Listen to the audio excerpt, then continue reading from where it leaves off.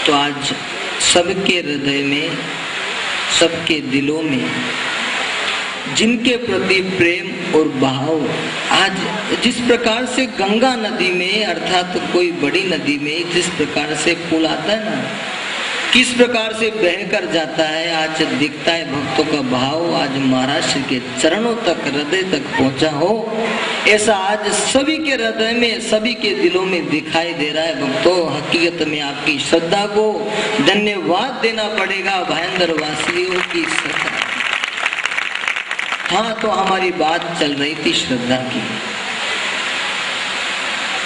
तो प्रभु ने दर्शन देकर के कहा कि भगत, आपने क्या विचार है, क्या परेशानियां हैं जो तकलीफ में, परेशानी में दिख रहे हो? प्रभु, आपके राज में उजाला होना चाहिए, अंधेरा क्यों दिख रहा है? पता नहीं। प्रभु ने कहा, भाई कौन सा अंधेरा, जरा कहो तो सही। तो प्रभु को उसने बताया, प्रभु देखो, मैं रोज जब नौकरी जाता हूँ तो मैं एक दृश्य देखता हूँ। एक भाई है, एक भगत है, एक फकीर है जो पूरे दिन आपका नाम लेता है, लेकिन जब शाम को लौट करके आता हूँ तो उसके पास, उसकी झोली में 15 से 20 रुपये होते हैं, लेकिन पास में बैठा फकीर कभी आपका नाम मैंने लेते उसे देखा नहीं। लेकिन वही का वही फकीर की झोली में कम से कम कितने नोटों की गड्डियां पड़ी रहती है, उसे गिनना मुझे पता नहीं चल रहा। लेकिन प्रभु आपके राज में ऐसा अंधकार, प्रभु ने कहा, भाई तेरे मन में जो चल रहा वो मगर मुझे पता नहीं, लेकिन तू एक काम कर, कल सुबह वहां जाए, तब एक बात उस फकीर को कहना, दोनों फकीर को कहना। हाँ बोलो प्रभु, क्या कहना? इतना कहना कि सुई होती है ना, सुई की नोक में से एक बड़ा हाथी निकल गया, लेकिन उसकी पूंछ फंस गई।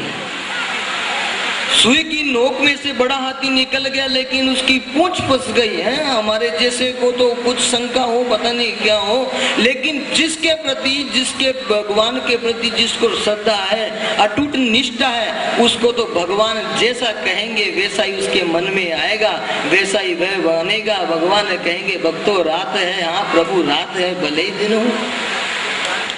दौड़ता हुआ सुबह जब नौकरी जा रहा था, पहले फकीर को मिला और बात करी कि भाई बाबा एक बात पूछनी है। पूछो, क्या पूछना है? बोलो। हाँ, कि रात को मुझे भगवान ने स्वप्न में दर्शन दिया और कहा कि सुई की नोक में से एक बड़ा हाथी निकल गया, लेकिन उसकी पूंछ फंस गई। और वह फकीर इतना गर्म हो गया, अरे जा, सुबह पहले का समय पता चलता है नहीं, मेरी बोनी भट्टी का समय तूने बिगाड़ दिया, और डंडा लेकर के पीछे बढ़ा। भगत को मन में विचार, हो आज तो बच गया मरते मरते, हो ये फकीर भी अजीब है, पता नहीं। और दौड़ता दौड़ता आगे वाले फकीर के पास गया, लेकिन डर रहा था, भाई उसने डंडा उठाया, कहीं ये पत्थर उठाया तो, लेकिन मुझे मेरे प्रश्न का जवाब चाहिए। तो दूसरे फकीर को जाकर के बोला, जो आंख बंद करके प्रभु के स्मरण में लगा हुआ था, उसको जाकर के कहा, बाबा मुझे भगवान ने रात को स्वप्न में दर्शन दिया और कहा कि एक सुई की नोक में से बड़ा हाथी निकल गया, लेकिन उसकी पूंछ फंस गई। तब वह फकीर विचार कर करके बोला, अरे भगत तू बड़े हद की बात करता है, एक बड़े बड़े मेरू पर्वत भी जो सुई की नोक में से निकाल दे तो उसकी एक बात को तू क्या गिनती में लेता है कि एक बड़ा हाथी निकल गया, उसकी पूंछ फंस गई। अरे भगवान तो बड़े बड़े मेरू पर्वत भी उसके अंदर से निकाल सकते हैं। भगवान की शक्ति को, भगवान की ताकत को कोई नहीं पहुंच सकता, क्योंकि भगवान की ताकत, भगवान की दिव्यता और भगवान की दयालुता इतनी है कि इसकी कोई पार पा नहीं सकता। और जब उस भगत ने उस फकीर के प्रश्नों का जवाब सुना ना, तो भगत गदगद हो गया, वाह प्रभु वाह, अब मुझे पता लगा कि उस फकीर के पास क्यों कुछ नहीं आता, क्योंकि उस फकीर में भगवान के प्रति श्रद्धा नहीं थी, भगवान के प्रति विश्वास नहीं था कि जिसने मुझे जन्म दिया है वह मुझे जीने के लिए अन्न देगा भी नहीं। उसके मन में भगवान के प्रति श्रद्धा नहीं थी, लेकिन पास वाले फकीर के पास मन में श्रद्धा थी कि जिसके आश्रय में बैठा हूँ वह कौन है? अक्षराधिपति सर्वेश्वर नारायण है। हम किसके आश्रित हैं? भगवान स्वामी नारायण के।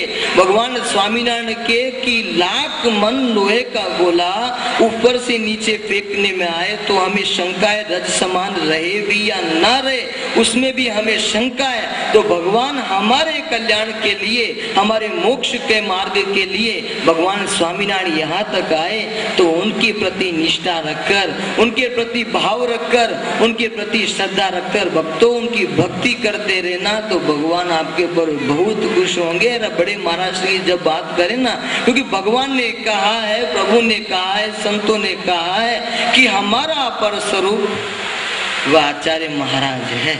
हम आचार्य महाराज के अंदर रह करके भगवान के भक्तों का संकल्प पूर्ण करेंगे।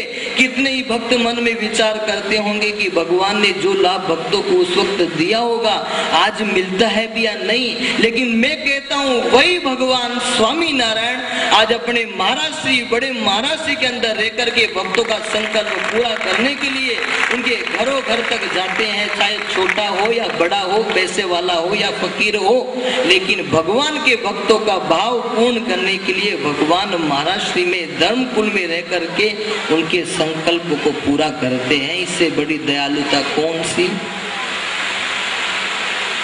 और भक्तों, जब स्वामीनारायण भगवान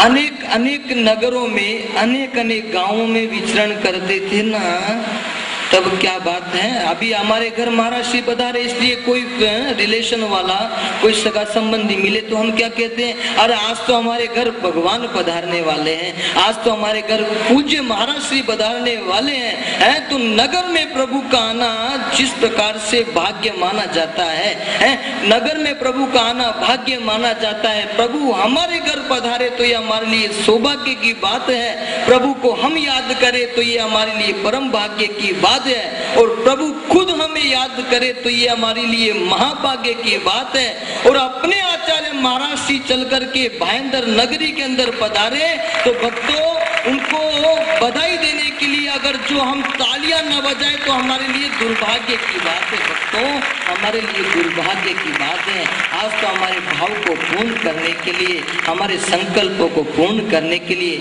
अपने पूज्य बड़े महाराज श्री जो भगवान की मूर्ति में हर हमेश लीन रहते हैं, भगवान जिनके अंदर हर हमेश विराजमान रहते हैं, आज ऐसे बड़े महाराज श्री का दर्शन करके आज मैं और आप सब जितने धन्य हुए हैं, ऊपर बैठे सभी धामों के धामी हैं, सभी देवता लोग भी ऊपर बैठे होंगे, वह भी आज इस दिव्य सभा का दर्शन कर करके अपने आप को धन्य धन्य मान रहे होंगे। भक्तों, धन्य धन्य मान रहे होंगे। इसे अपने आचार्य महाराज के स्वरूप का दर्शन है।